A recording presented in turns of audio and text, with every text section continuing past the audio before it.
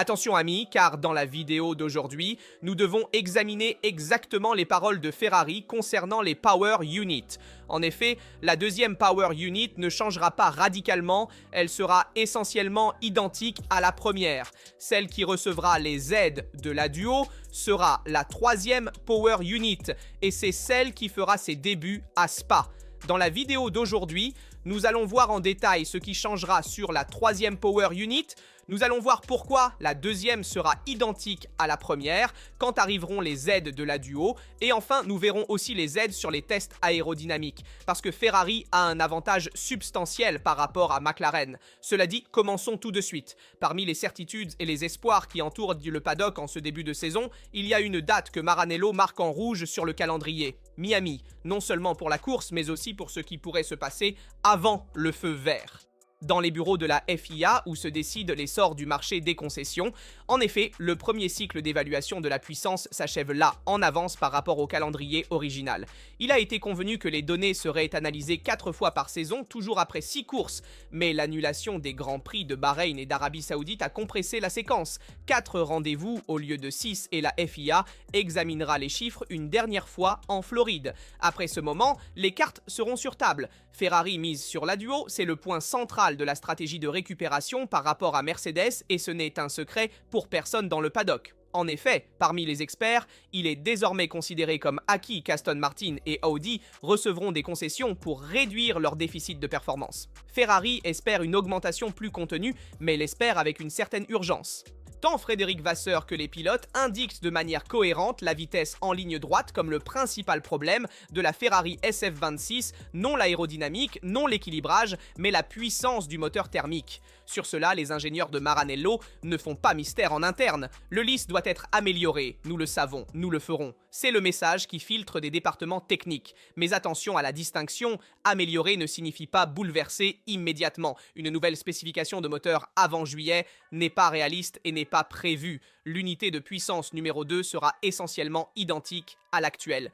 Les mises à jour sur le banc d'essai, celles dans la soufflerie, entrent dans le budget cap et doivent être planifiées sur des horizons longs.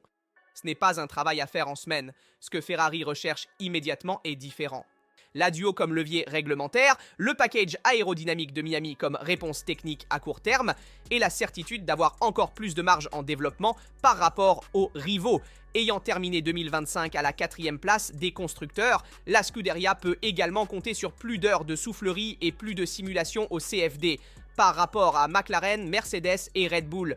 Un avantage structurel qui, associé à une éventuelle augmentation de puissance, pourrait changer les équilibres au cours de la saison. Kimi Antonelli a donné son avis à Sky Italia avec une clarté désarmante. La Ferrari obtiendra la Duo et développera le moteur. Ils ont déjà une voiture rapide, ils réduiront considérablement l'écart et ce sont les paroles de quelqu'un qui regarde la situation de l'extérieur, mais pas de loin, et qui en même temps déclare dormir sur ses deux oreilles. Conscient que l'avantage Mercedes restera un point de référence, même lorsque Maranello se rapprochera Mercedes de son côté, ne semble pas préoccupé. La position interne, selon ce qui filtre, est de pleine confiance dans le fait que l'écart sera géré, et il y a même la conviction que Ferrari recevra l'approbation pour les concessions.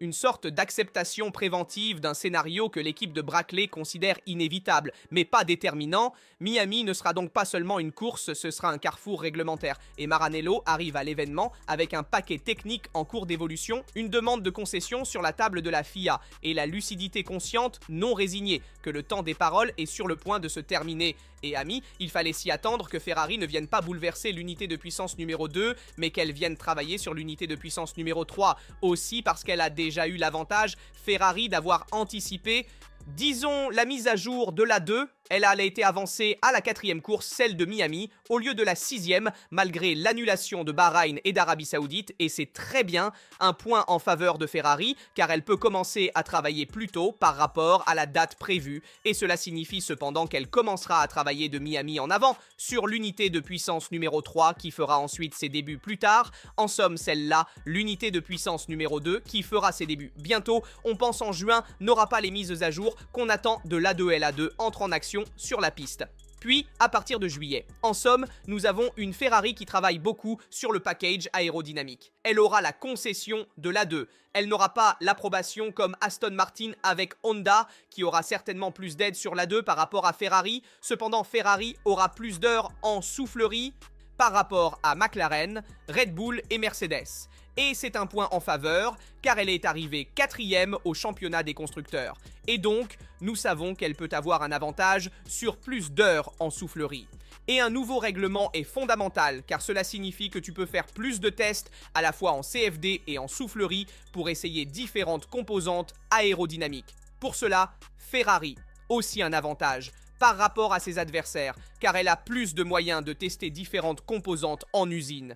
Et au milieu de la pause forcée, cette pause habituelle que le calendrier a imposée après l'annulation des Grands Prix en Arabie Saoudite et au Bahreïn, Maranello ne s'arrête pas. Et ne s'arrête pas sur deux fronts distincts qui ensemble composent une stratégie avec laquelle Ferrari essaie de réduire l'écart avec Mercedes. Avant Miami, le premier est celui réglementaire, déjà connu avec la 2.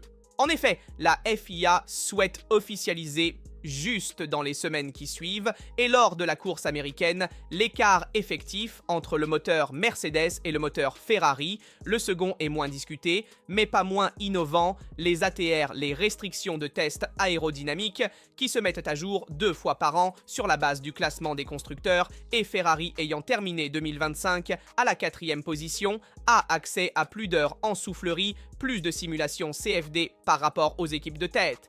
Et c'est un avantage structurel qui est silencieux. Personne n'en parle, mais qui s'accumule chaque semaine et pendant la pause entre Suzuki et Miami.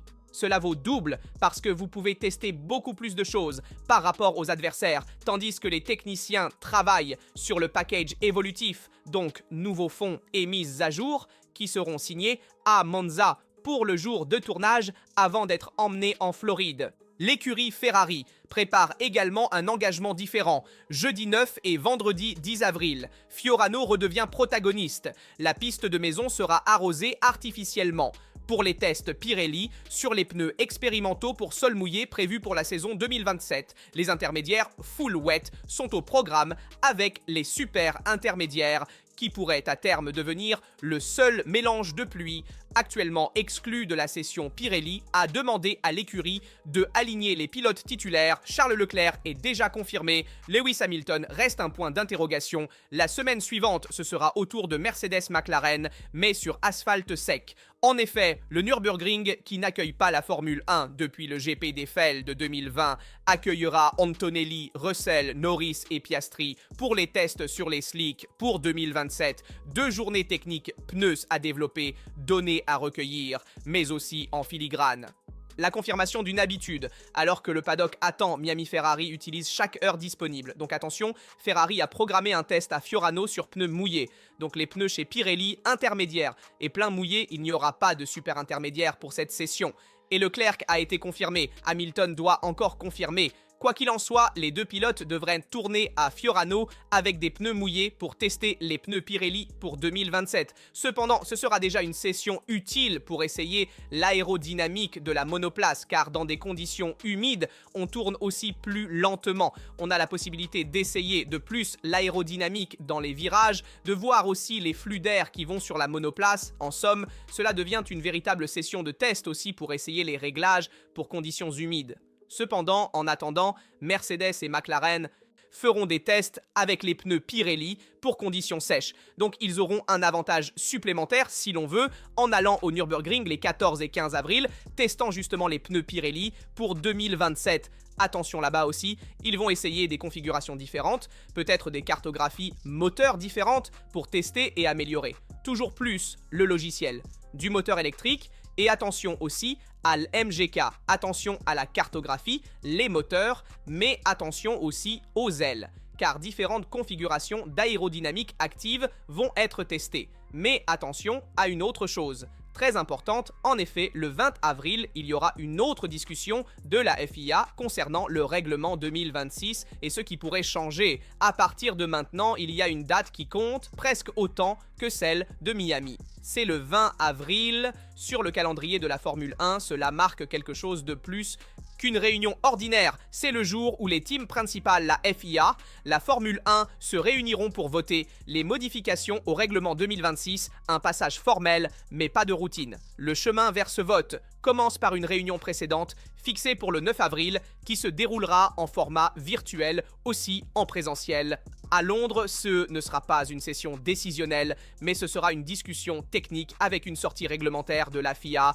Les équipes et les motoristes sont assis virtuellement à la même table pour analyser les données des 3 premières courses et évaluer les propositions d'intervention. Le principal point focal concerne la gestion de l'énergie. Les décisions arrivent 11 jours après, avec le vote du 20 avril et ensuite un passage supplémentaire sera la formalisation au Conseil mondial du sport automobile de la FIA. Ayao Kumatsu, directeur d'équipe de l'AS, a bien résumé l'esprit avec lequel les équipes s'approchent de ce rendez-vous. Nous examinons la situation sous tous les angles parce que lorsque nous apporterons des modifications, nous devrions faire les bonnes. Nous ne pouvons pas agir impulsivement et ensuite, après quelques courses, reconnaître avoir fait des choix erronés. Mais que devrait-on changer exactement? Eh bien, en substance, il y a plusieurs points à changer.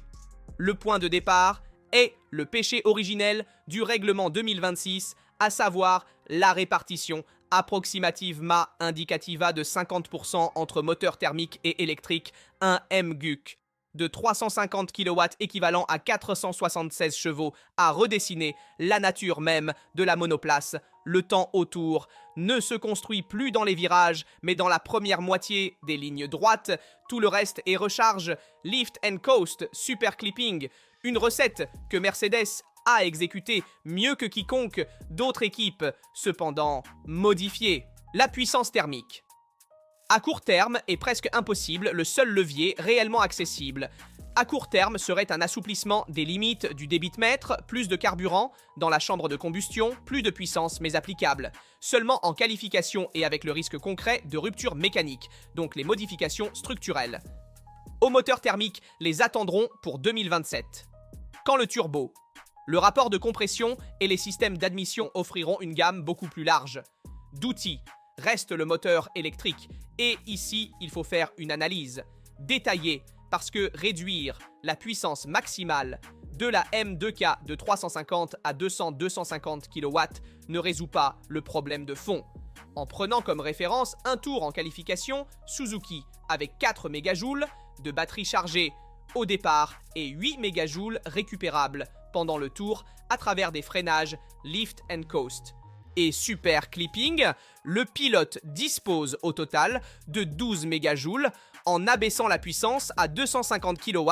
Avec la même énergie, il propulse la voiture pendant 48 secondes. Au lieu de 34, la poussée électrique s'allonge, mais la nécessité de récupérer ces 8 MJ reste inchangée. Les super clipping en lift and coast, les courbes rapides, transformées en station de recharge, restent tout identiques, le véritable intervention. Selon cette lecture, doit toucher la quantité d'énergie récupérable pendant le tour. Un exemple concret est de baisser la puissance à 250 kW et de limiter la récupération à 6 MJ.